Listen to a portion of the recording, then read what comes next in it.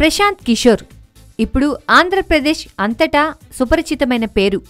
జగన్ను అధికారంలోకి తేవడమే లక్ష్యంగా వ్యూహాలు రచిస్తున్న ఎన్నికల నిపుణుడు. అయితే ఆయన ఇంకా బరిలోనే దిగలేదు. మీడియా మాత్రం ప్రశాంత్ కిషోర్ వ్యూహాస్త్రాలు మొదలైపోయాయి అని గత కొద్ది రోజులుగా కోడే కూస్తున్న సంగతి తెలిసిందే. నంద్యాల ఉప ఎన్నిక విషయంలోనూ జగన్కు ప్రశాంత్ కిషోర్ పలు వ్యూహాలను సిద్ధం చేశారన్న ప్రచారం కూడా జరిగింది. కానీ అవన్నీ వట్టి ఊహాగానాలేనని, తామింకా పనే మొదలుపెట్టలేదని తాజాగా ఎన్నికల వ్యూహకర్త ప్రశాంత్ కిషోర్ స్పష్టం చేశారు. అంతేకాదు, తన భవిష్యత్ వ్యూహాలు ఎలా ఉండబోతున్నాయో చూచాయిగా పార్టీ నేతలకు వివరించే ప్రయత్నం చేశారు. కాగా 2019 ఎన్నికల్లో వైసీపీని అధికారంలోకి తీసుకురావడమే ధ్యేయంగా ఆ పార్టీకి ఎన్నికల వ్యూహాలను సిద్ధం చేసే పనిని ఆయన భుజానికెత్తుకున్న సంగతి తెలిసిందే.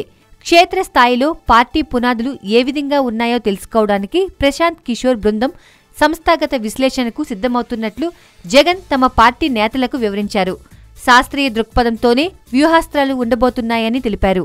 ప్రశాంత్ కిషోర్ నియామకం వెనుక ఉన్న అసలు ఉద్దేశాలను కూడా జగన్ నేతలకు చెప్పారు. ఇటీవల జరిగిన ఓ సమావేశంలో ప్రశాంత్ కిషోర్ వైఎస్ఆర్సీపీ జిల్లా నేతలు, పరిశీలకులను కలుసుకున్నారు. ఆ సమావేశంలోనే ప్రశాంత్ కిషోర్ తన ఎన్నికల వ్యూహం ఎలా ఉండబోతోందో వారికి వివరించారు. వచ్చే ఎన్నికల్లో పార్టీకి ప్రతికూల పవనాలే వీస్తాయన్న ఊహాగానాలపై జిల్లా అధ్యక్షుడు ఒకరు ప్రశాంత్ కిషోర్ను ప్రశ్నించారు. సర్వేల పేరిట టీడీపీ అనుకూల మీడియాలో ఈ తరహా ప్రచారం జరుగుతుందని, ఆ సర్వే కూడా మీరే చేయించారన్నట్లు చెబుతున్నారని అడిగారు.